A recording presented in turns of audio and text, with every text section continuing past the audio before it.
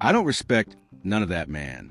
If you got something for me, man, I got plenty of around me you could call. I ain't nig. It's plenty ways you could get in touch with me.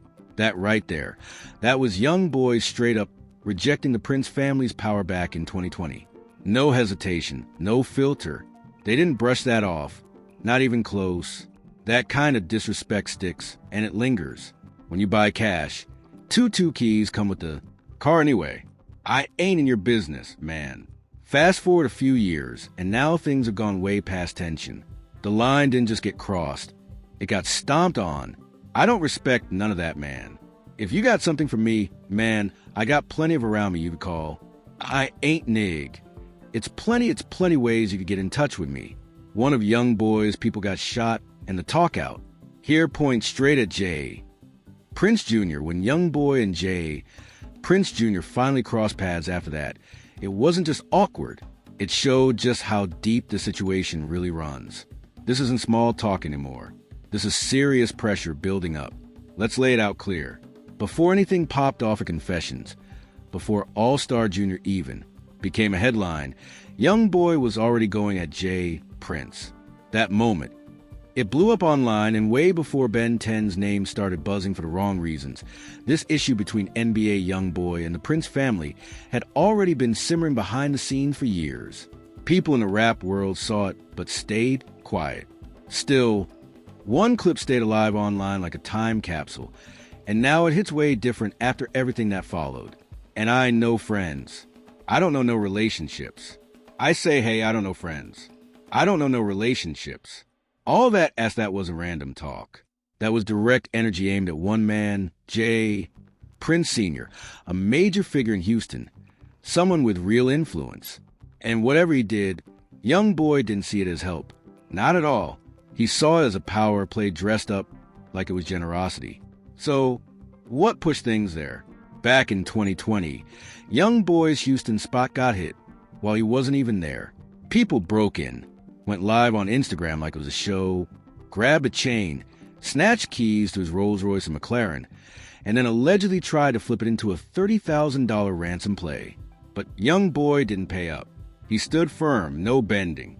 Then came the move that really locked in the tension. Since then the little homie, reached out to me. We had a conversation. So it was a disconnect, come to find out. Jay Prince Sr. jumped on social media showing off what he claimed were YoungBoy's recovered chain and keys.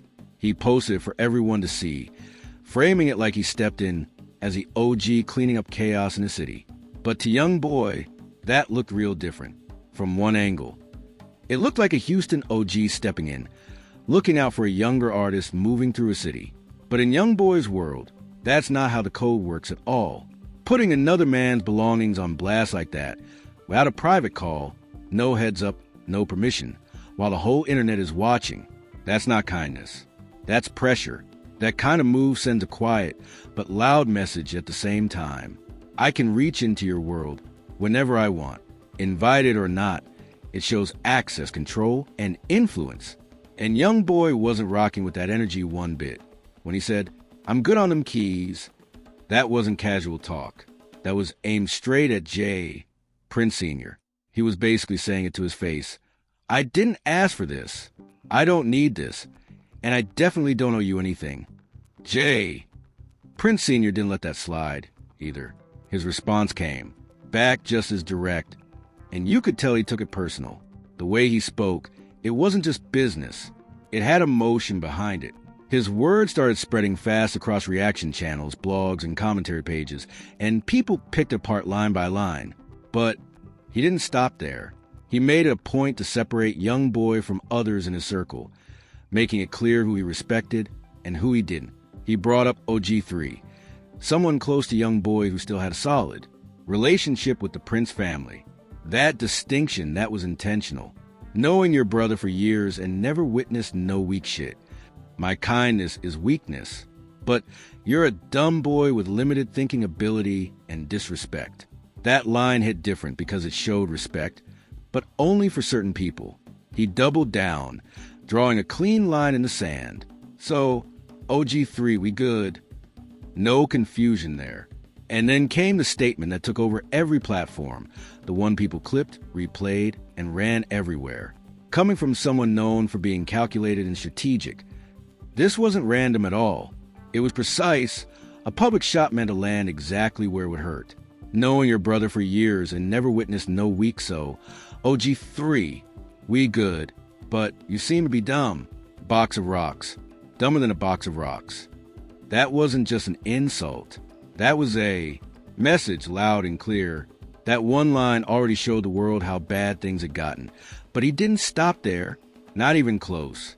He followed it up with something even sharper, basically telling YoungBoy what he should be worried about instead. When he said weak-ass security being asleep in front of your house, that wasn't random talk. That was a direct shot at the inside job theory tied to the break-in. Jay, Prince Sr. was hinting heavy that the same people YoungBoy trusted to guard his place might have been the reason it even happened. That's not just criticism. That's layers of disrespect packed into one statement. Years later, though, things sounded a little different on the surface. During a sit-down on Hot 97 with Ebro J, Prince Sr. spoke about the 2020 situation in a calmer tone, like it had been handled and settled to some extent. But don't get it twisted. That same interview gave a clear look into how he moves when things go public. He framed his actions like he's stepping in to calm the storm, like he's bringing order when things get messy. That's how he sees it. But on the other side, YoungBoy's camp never viewed it that way, not even once. To them, it always felt like interference, like someone stepping into situations they weren't called into. By 2023, that same tension popped back up, but in a whole new way. They on this social media thing is a new method of communicating with the young, and it's important to communicate with the young, not only for myself, but for others. I don't like disconnects where a beef is concerned. So when you see me speak public, normally it's out of love. You know what I mean? I'm trying to calm the storm before, things take off in a different direction. During YoungBoy's Richest Op run, a Drake diss pulled the Prince name right back into spotlight.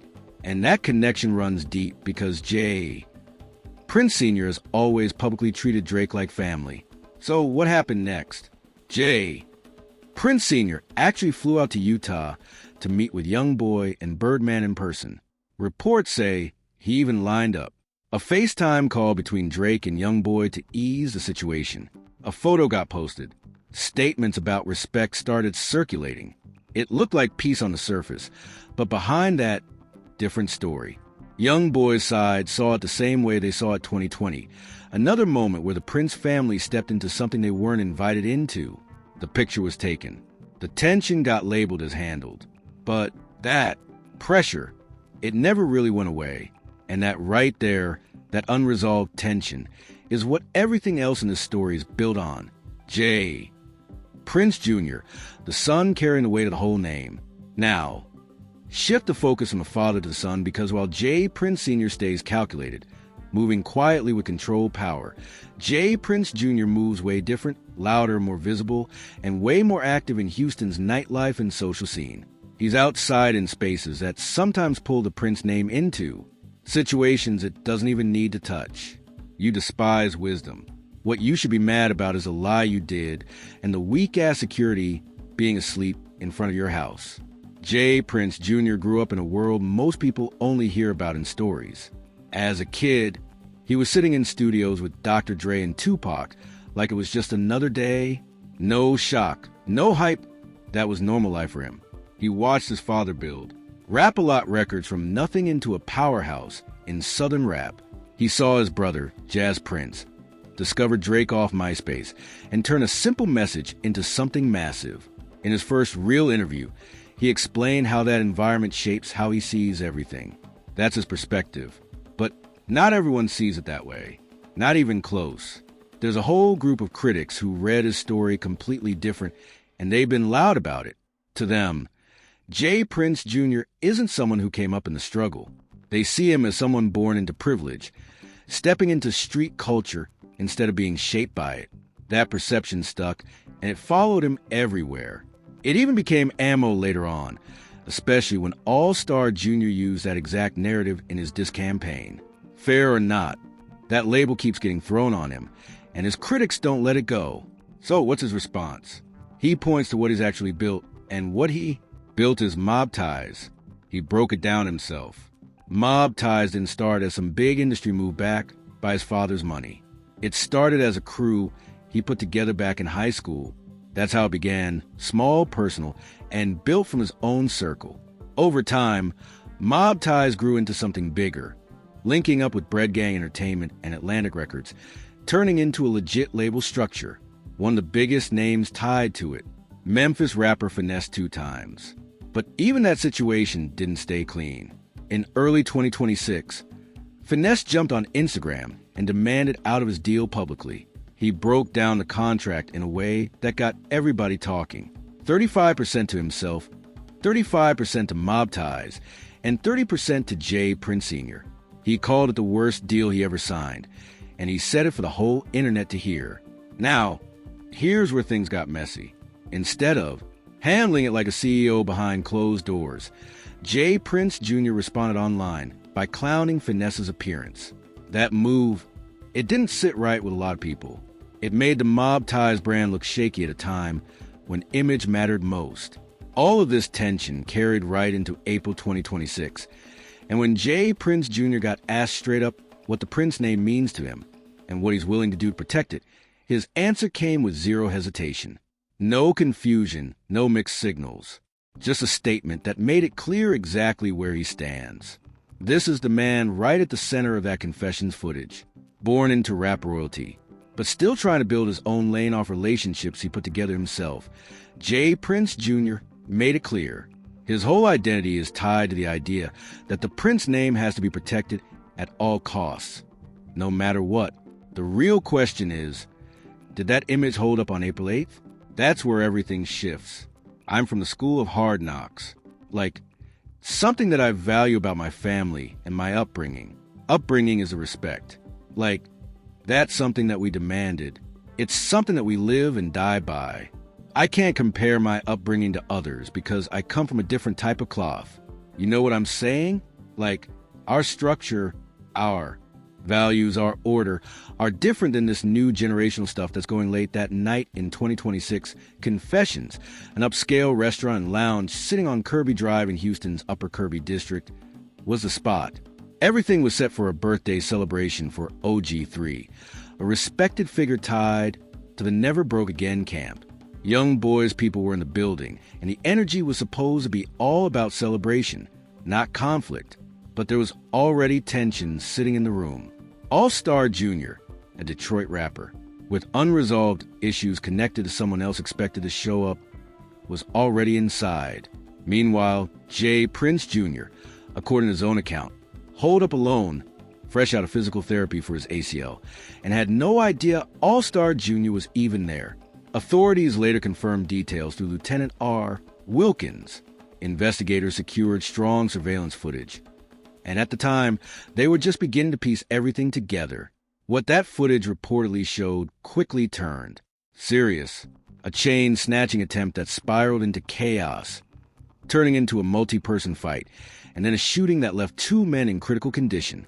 According to reports, 2 individuals approached All-Star Jr., grabbed his chain, and took him to the ground right there inside the restaurant. That moment flipped everything instantly. What was supposed to be a private celebration turned into a full-on scene as more people rushed in, piling onto All-Star Jr. while he was already down and outnumbered. In the middle of that chaos, something even more dangerous entered the situation. During the struggle, a weapon ended up on the floor, and in that split second, with everything moving fast and out of control, All-Star Jr. reached it first. He pulled the trigger. Ben 10 and Dead End, Ron, both got hit.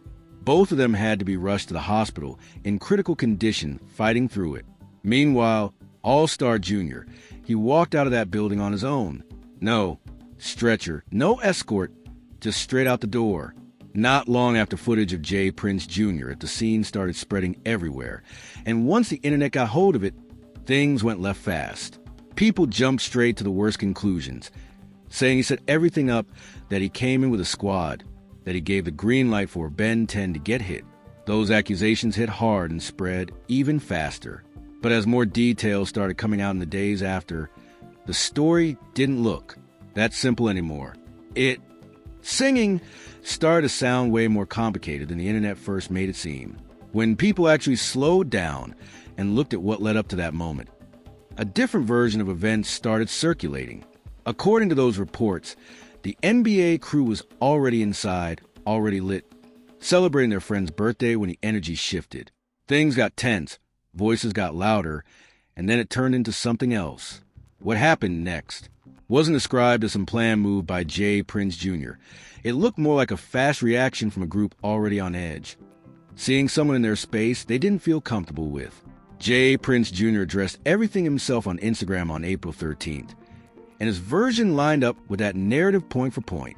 He said he came alone, straight from physical therapy, just to link with OG3 for his birthday dinner. No entourage, no setup. I went to the restaurant by myself to meet OG3 for his birthday dinner. I didn't have not one of my guys with me, and everyone who was at the restaurant was there organically to celebrate their homie birthday. I didn't know he was there. I had just come from physical therapy and my aunt's birthday dinner, which is why I was dressed like that. He also shut down rumors involving All-Star Jr., S-Child with no hesitation at all. I would never harm a child, and that little boy loves me to death. So y'all can chill out with that BS too. Man, don't get on no internet and do nothing publicly. Don't do nothing dealing with no publicity. None of that stands. And I'm good on no keys, gangster. Then he ended it by speaking directly to the ones who got hurt. Get well, Ben and Ron. Y'all stay strong. At that point, everything was out there. The accusations, the footage, his response. And the internet had already picked a side before any of it could really be sorted out. All-Star Jr., the one people now call the Trigger Man, who turned the whole situation into a movie. Before April 8th, 2026, his name wasn't ringing loud outside of a certain Detroit rap lane. Born Jeremy Ford, he was mostly known in specific circles, even getting subtle mentions in T. Grizzly's bars, tied back to the Lexington streets they both came from. He had crossed paths with the NBA circle at different times, moving in similar spaces. But what really made things personal goes back years before Confessions. He had been in a relationship with a woman who later ended up with Jay Prince Jr., and according to All-Star Jr.'s side, that situation didn't just fade away. It turned into tension. His representative Dogface broke it down after everything went down. He said All-Star Jr. and his child's mother had already been split for 5 or 6 years before Jay Prince Jr. even entered the picture. So the issue wasn't the breakup itself. The problem, according to them, was how Jay Prince Jr. carried it afterward. The social media posts, the public displays, the moves they felt were direct disrespect. That energy didn't stay online, either. Reports say the two had already run into each other before, at the Empire Grammy Party in California. During that moment, All-Star Jr. allegedly approached Jay Prince Jr. face to face, and from his camp's perspective, they claim singing Jay Prince Jr. didn't stand firm without backup there. Fast forward to April 8th, 2026. Both of them end up in side confessions at the exact same time. That's when everything shifted. The second someone made a move, it all escalated instantly. A chain gets grabbed, and within seconds, it turns into a pile-on. All-Star Jr. was in the middle of it, outnumbered, getting hit from multiple sides, surrounded in pure chaos. Then, in the middle of that scramble, a weapon dropped.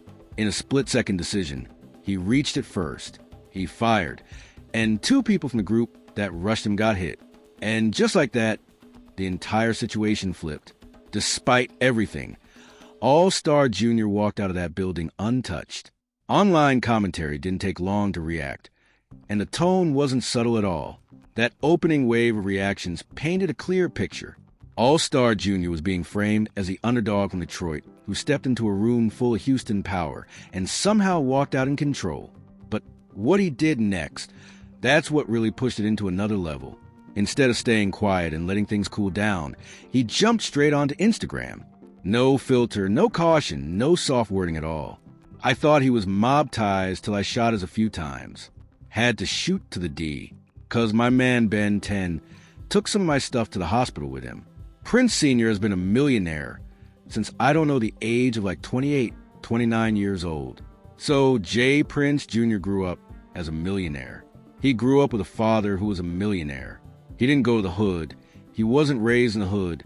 He wasn't raised around gang. He came back swinging on April 13th with expensive wristwatch.